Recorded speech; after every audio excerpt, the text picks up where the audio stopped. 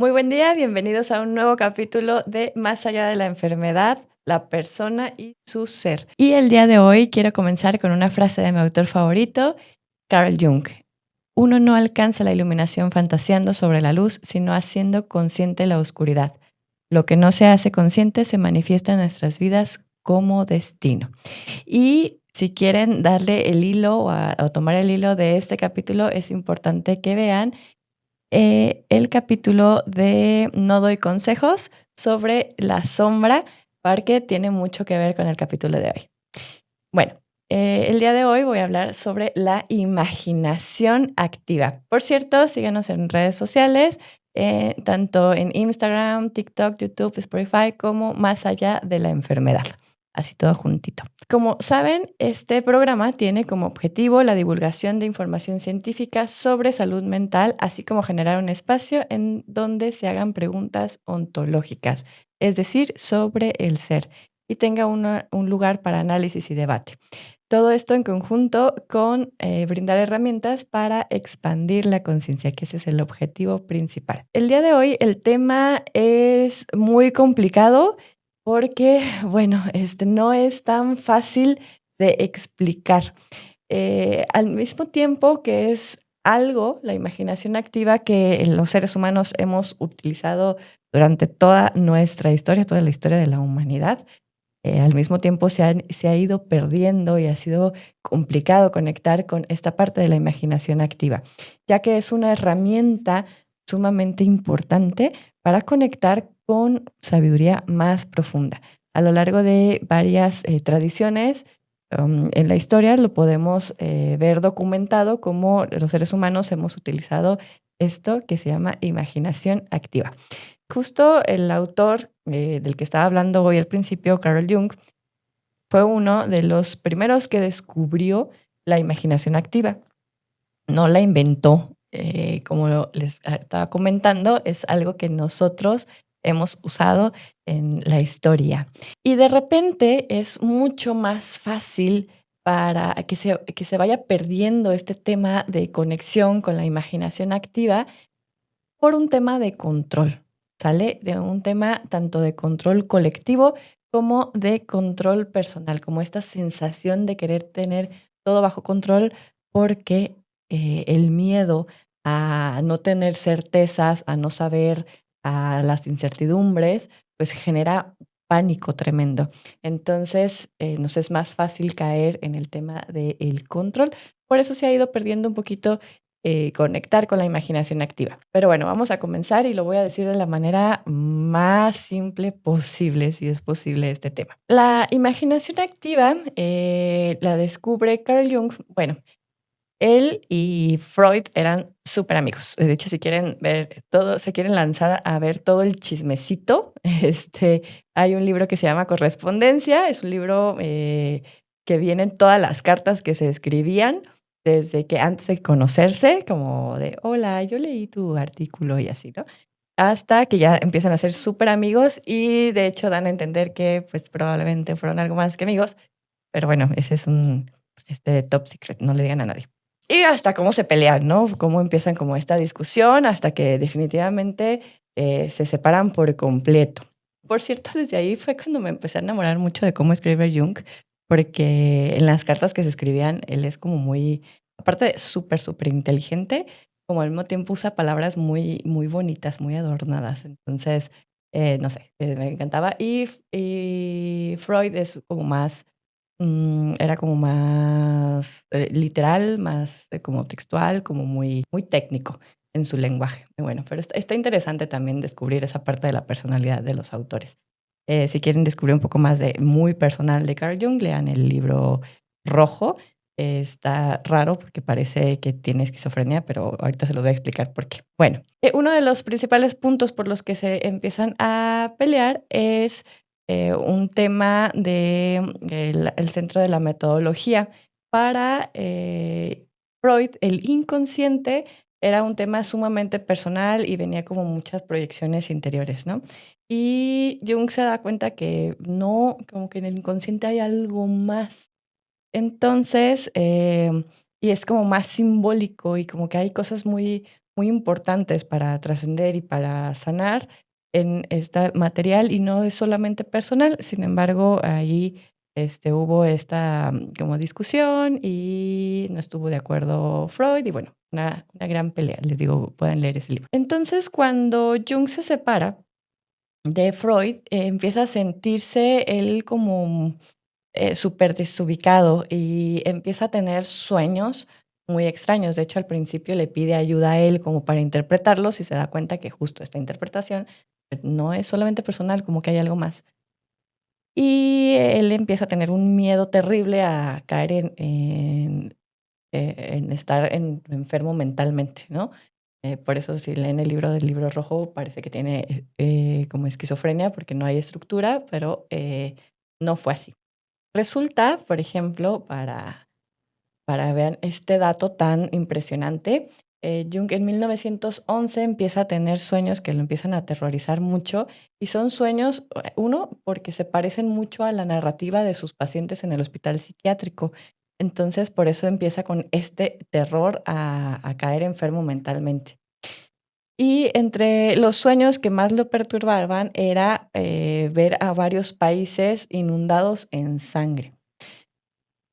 Y resulta que en 1914 empieza la Primera Guerra Mundial y justo los países que él soñaba con bañados o con esta inundación de sangre y aterrorizados fueron justamente los involucrados en la Primera Guerra Mundial. Entonces, ese es uno de los más impactantes. Si quieren, les digo leer más al respecto en el libro rojo, se van a dar cuenta cómo muchos sueños empiezan a ser premonitorios. Y él, esto le vuela la mente, ¿no? Y empieza a querer generar una metodología y investigarlo científicamente por qué es que pasaba esto. Porque no se trataba de algo sin razón o no se trataba de algo fuera de una estructura mental, al contrario, fue algo premonitorio. Entonces, como por qué rayos él iba a predecir algo así. Entonces empieza una investigación muy ardua y empieza a tener varios viajes, o sea, no mentales solamente, sino también literalmente a viajar por todas partes del mundo y a estudiar diferentes culturas. De hecho, la de México le llamó mucho la atención el calendario maya y un montón de cosas, ¿no? Y también los occidentales era una cosa que le fascinaba muchísimo. Y se da cuenta como en, no sé, en los jeroglíficos, en pinturas, en cuentos, en la Biblia, en el Torá, en fin, etcétera, en las diferentes religiones también en sus libros, cómo hay un conocimiento tan profundo y de repente todos están conectados, como de repente varias teorías de pinturas que se hicieron hace muchísimo, apenas estaban pasando.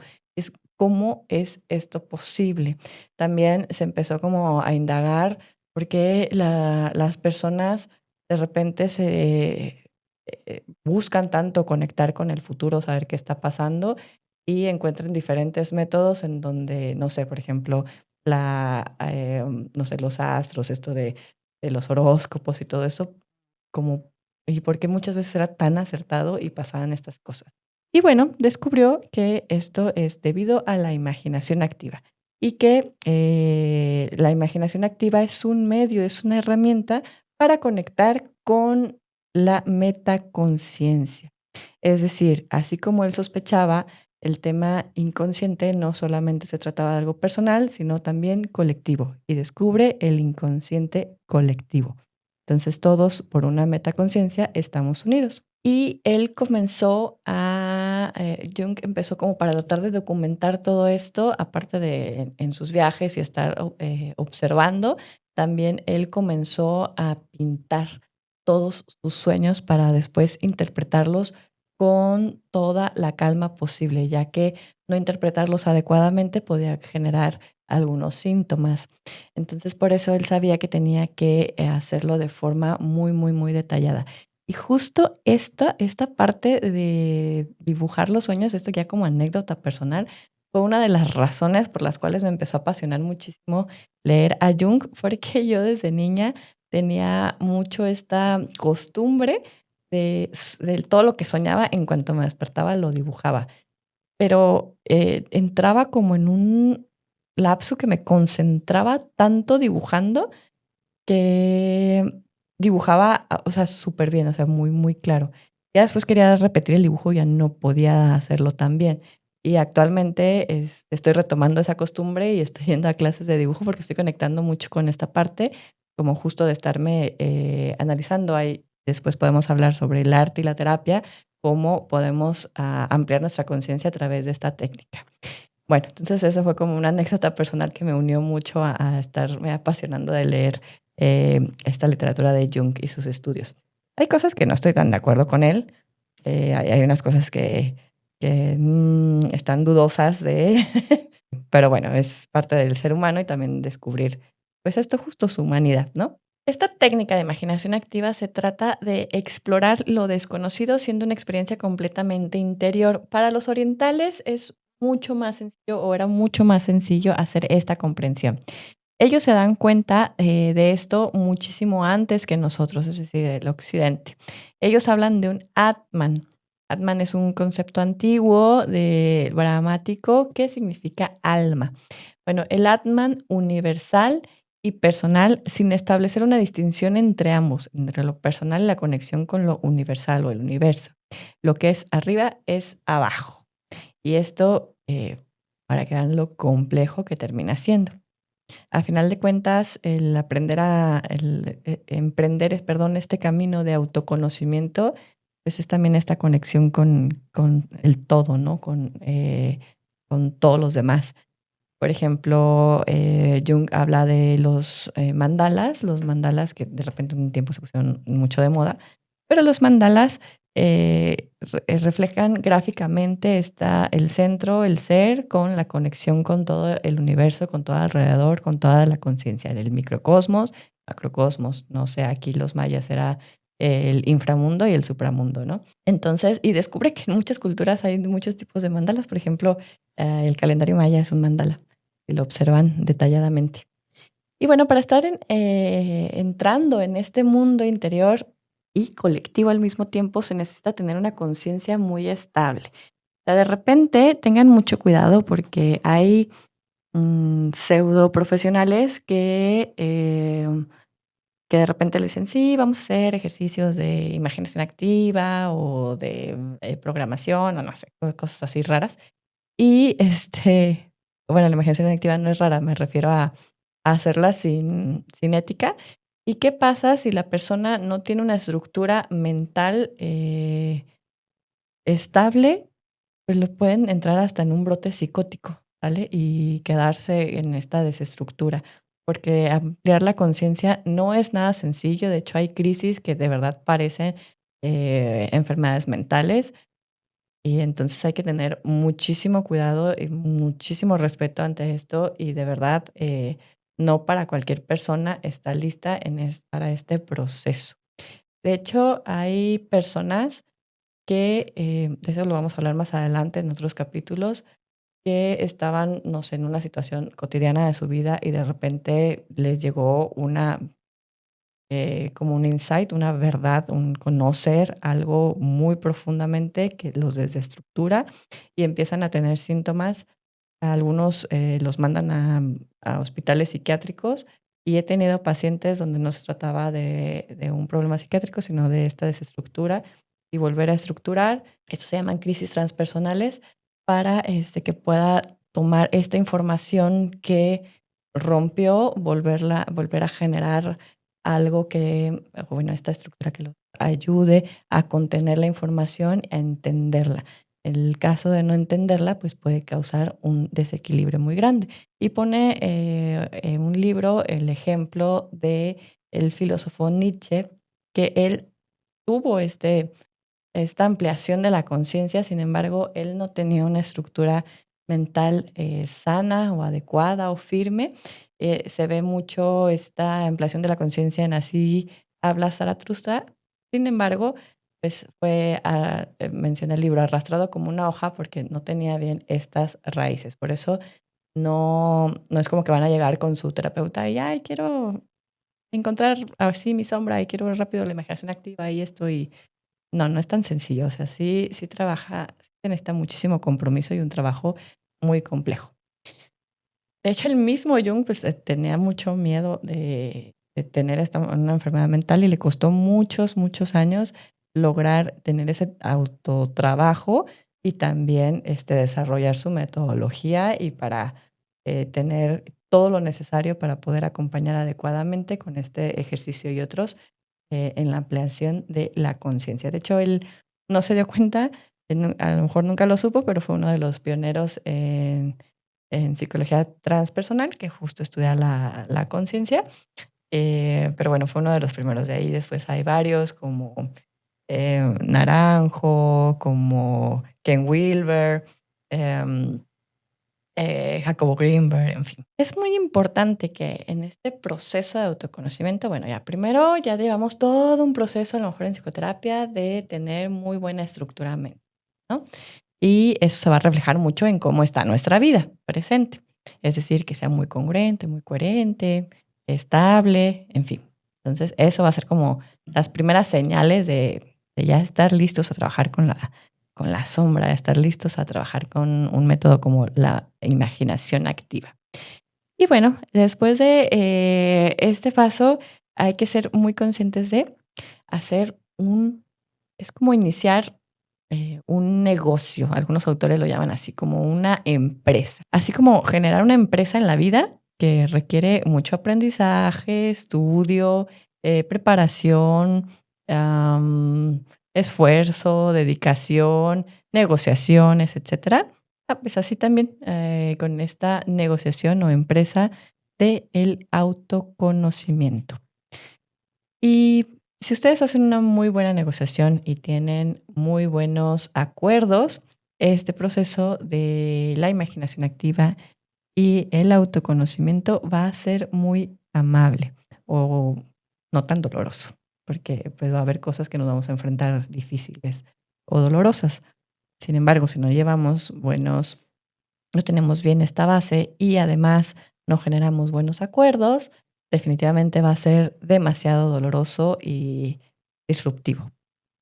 Por ejemplo, en el libro, que al final les voy a decir qué libro les estoy hablando, hay un ejemplo de una paciente que tuvo este aprendizaje del autoconocimiento, lo pone con el ejemplo con un viaje. Era una persona que le gustaba muchísimo viajar y en uno de sus viajes tuvo que compartir todo, como el hotel y los tours y todo esto, con una persona, lo cual ya lo había hecho antes y no había ningún tema. Esta persona era completamente desconocida y sin embargo era una persona bastante hostil y desagradable. O sea, no era fácil tratar con esta persona.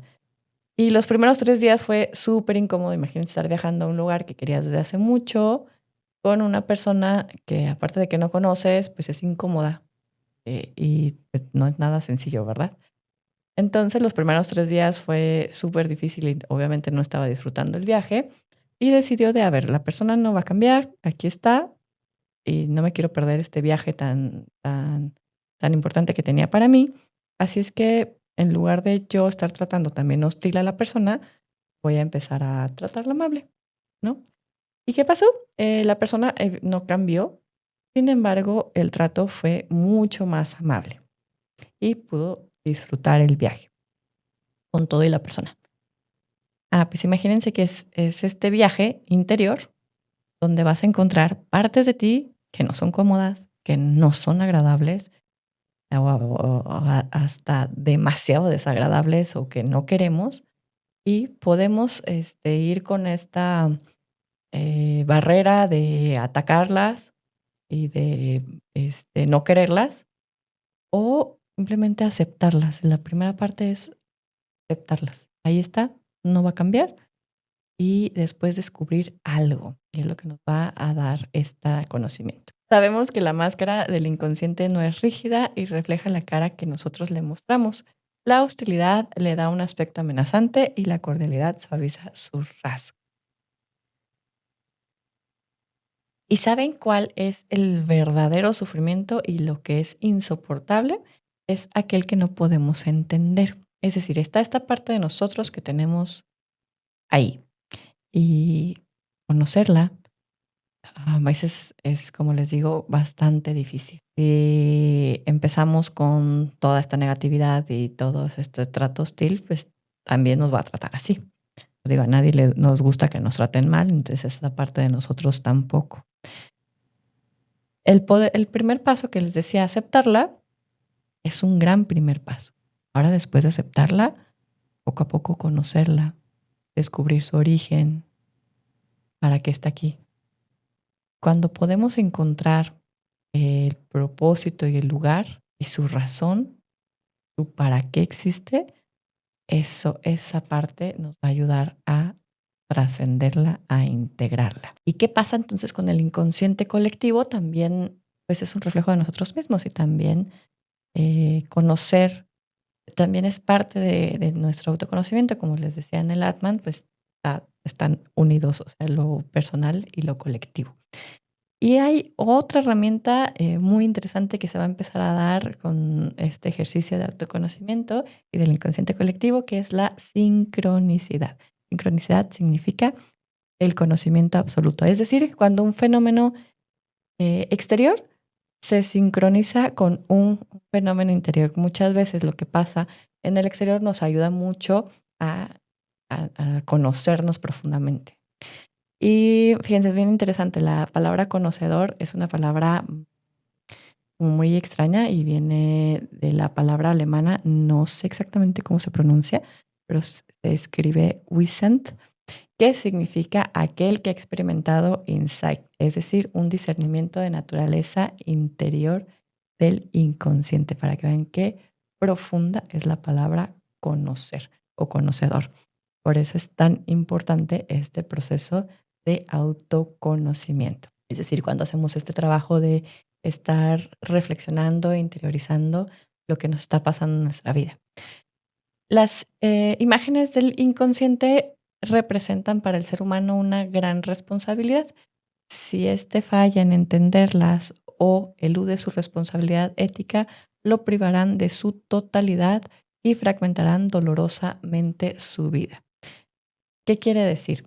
Nosotros, como veíamos en el primer capítulo, somos conscientes del 2 o 5% de la conciencia. Es la parte que está en la parte consciente. Y todo lo demás, pues, está en este subconsciente, inconsciente, conciencia colectiva, en fin. Entonces, se manifiesta o la forma en que podemos acceder a esta información, pues es a través de los símbolos. La mente se guía mucho a través de los símbolos. Y para eso, en la psicoterapia transpersonal, por eso utilizamos la imagen activa, tomamos mucho los principios de la fenomenología. ¿Qué es la fenomenología? Es decir, que no importa tanto el objeto, sino la experiencia psicológica a través del objeto. Voy a poner varios ejemplos. La luna, ¿no? Es un satélite. ¿Y qué pasa? Para algunos, o sea, ese es el objeto, ¿no? Científicamente nos pueden decir qué es la luna. Sin embargo, eso no es lo relevante. Lo relevante es la experiencia psicológica para cada persona. Por ejemplo, en lo colectivo, para algunas culturas puede representar feminidad, poder, hechicería. Para otras culturas, por ejemplo, en Turquía es masculinidad, hasta al revés. Para algunas personas puede representar una pasión por estudiar, la ciencia, etcétera, ¿no? Para otros, arte, contemplación, un poema, en fin. El caso es que el objeto es exactamente el mismo, la luna, y la experiencia psicológica para cada uno va a ser diferente. Y esta experiencia psicológica es la que nos va a dar mucha información para ampliar nuestra conciencia. ¿Cómo podemos ser testigos de esta imaginación activa que se ha representado a través de la historia? Por ejemplo, en sueños, en los arquetipos, que también los vamos a hablar más adelante, miren, con unas cartas, no es tarot, son de arquetipos y se me hace muy padre porque con esto puedes trabajar en terapia. Por ejemplo, el arquetipo de el ángel, ¿no? La figura del ángel. Y en esta cartita nos viene como el aspecto más luminoso del ángel que ayuda a las personas necesitadas sin esperar nada a cambio. pero también tiene un aspecto sombrío. Actúa de forma aparentemente inocente o angelical para inducir a engaños a otras personas. Engaña al afirmar que está en contacto con guías angélicas, ¿no? O sea, cada arquetipo tiene un aprendizaje desde lo luminoso y desde lo sombrío. Por ejemplo, el arquetipo de la jueza o el juez, el aspecto luminoso, equilibra la justicia con la compasión y consigue una distribución justa del poder. Esa sería ya una parte de integrar este arquetipo o esta figura arquetípica, simbólica, desde la parte ya más consciente, desde una parte no consciente, es decir, desde el aspecto sombrío, nos dominaría, por ejemplo, eh, esta figura de la jueza, nos ofrece solo críticas destructivas, ¿no? Alguien que solo utiliza indebidamente la autoridad empresarial, legal o criminal. Por ejemplo, está bien interesante, una buena samaritana o un buen samaritano, ¿no? En el aspecto ya muy consciente, muy trabajado, pues perfecciona la capacidad para ayudar a aquellos que preferirías ignorar. Y en el aspecto sombrío, o sea, no consciente, pues exige aprecio y reconocimiento por la ayuda que ofreces, como decir, oye, fíjate, yo te estoy ayudando. Y entonces son personas que se creen muy buenas, pero pues en realidad nada más lo están haciendo para recibir algo a cambio, o sea, cuando no soy consciente de esta información. Arquetipos que son, bueno, son estos figuras que nos ayudan a tener como más comprensión de algo, porque al ponerle un símbolo, figura o algo, vamos a tener como más conexión o vamos a representar más cosas. ¿En qué otras cosas se representa la imaginación activa? Por ejemplo, en los cuentos a través de la historia nos han ayudado mucho también para conectar con esta sabiduría más profunda, ya que pues, tienen muchísimas enseñanzas, y si se fijan, muchas son colectivas y los cuentos, la lógica de los cuentos, si se fijan, han ido cambiando a través de la historia. Por ejemplo, las princesas, ¿no? Antes eran como la princesita que necesita ser rescatada, y el vivieron felices para siempre. Y ahorita los cuentos de princesas son más como más independientes, ya no están como en el tema del matrimonio, tienen poderes, no sé. Antes, uy, eso pues no pasaba, ¿no? Simplemente estaban ahí en una torre esperando. Y en fin, de hecho, si quieren ver como cuentos originales mucho antes del patriarcado, está el libro de Mujeres que corren con los lobos de Clarisa Pincola. Ahí pueden ver cómo eran estos cuentos y de hecho ella es una psicóloga con doctorado en psicología analítica, que la psicología analítica es justo la corriente de Carl Jung y te va explicando cada uno de los cuentos cómo eran y qué información para conectar con el inconsciente. Entonces está muy interesante, sobre todo para las mujeres. Y bueno, también a través de las leyendas, de las parábolas, no sé, algunas personas que alguna vez han leído el tema de la Biblia y no como tema de religioso, sino se dan cuenta que muchas de las enseñanzas que vienen ahí son a través de parábolas, como cuentos. Era más fácil como transmitir un, una sabiduría muy profunda a través de lo simbólico. Entonces las parábolas son un gran ejemplo de esto. Podemos ver en películas, no sé si alguna vez les ha pasado esto de que ven una película y, yo también he sentido eso, a mí también me ha pasado eso, yo también he pensado esto, y de repente lo ven proyectado en películas y es más fácil verlo proyectado que interiorizarlo. Entonces, todo este tema es donde podemos observar la imaginación activa. Y bueno, el libro que les recomiendo para empezar a empaparse un poquito del tema de la imaginación activa, justo así se llama, Imaginación Activa, Encuentros con el Alma, como Carl Jung la desarrolló por Barbara Hannan. Entonces, de hecho, ella habla de las conversaciones que tenía Carl Jung.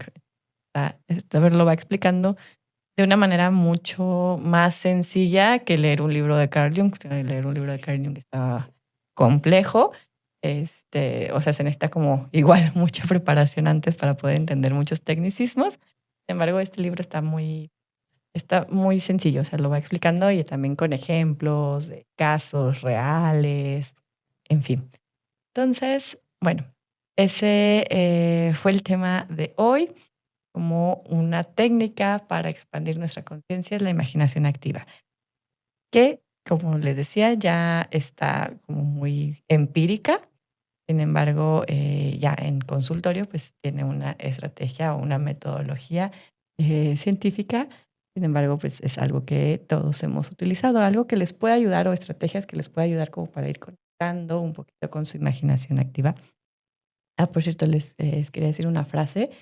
Si ustedes leen como libros, como les decía, como la Biblia o como libros como muy religiosos y todo esto, de experiencias así, antes era como muy común que se dijera como, ah, Dios dijo, o los dioses comunicaron, o sea, este tipo de frases. Y de repente un discípulo le dice a un maestro que era muy sabio, dice, ¿por qué antes era mucho más, o sea, por qué los dioses o Dios antes se comunicaban como muy directamente, ¿no? Y hoy ya no. Y dice, es que el ser humano en estos días ya no puede inclinarse lo bastante bajo para escuchar a Dios.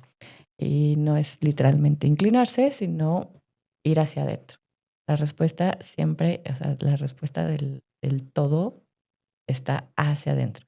Entonces, de repente, hoy en la actualidad, como les decía, el tema del control, de distraerte, de no conectar, de como tantos estímulos que recibimos en el exterior que nos enganchan con el exterior, se ha perdido mucho estos momentos o esta costumbre de trabajar en nuestro interior. Una técnica muy sencilla es la meditación. Por ejemplo, la meditación les puede ayudar mucho a ir practicando uno, que es en nuestros pensamientos, en lugar de que nos estén atacando, sean como un desfile, a conectar con el presente, con el aquí y ahora, y a empezar a elegir cuál de todos los pensamientos, ya que al cerebro y a la mente le encanta producir pensamientos.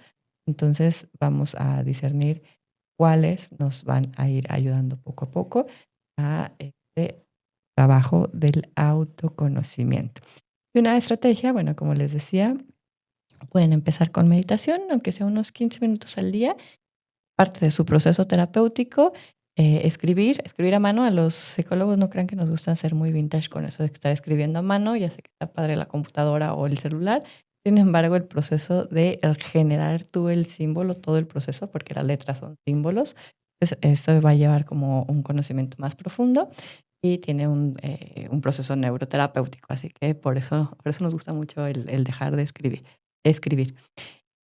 Otras técnicas, por ejemplo, puedes comenzar con las cosas más sencillas que tienes a tu alrededor, por ejemplo, tu película favorita, tu cómic favorito, tu libro favorito, tu serie favorita.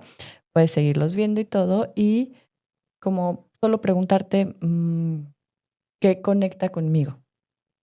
¿Qué de esto me va a ayudar? Entonces, es como un primer pasito de utilizar o aprovechar la imaginación activa poco a poco para ir interiorizando, y eso que te des cuenta, a lo mejor te hace ruido, solo apúntalo y eso lo llevas a terapia, ¿vale?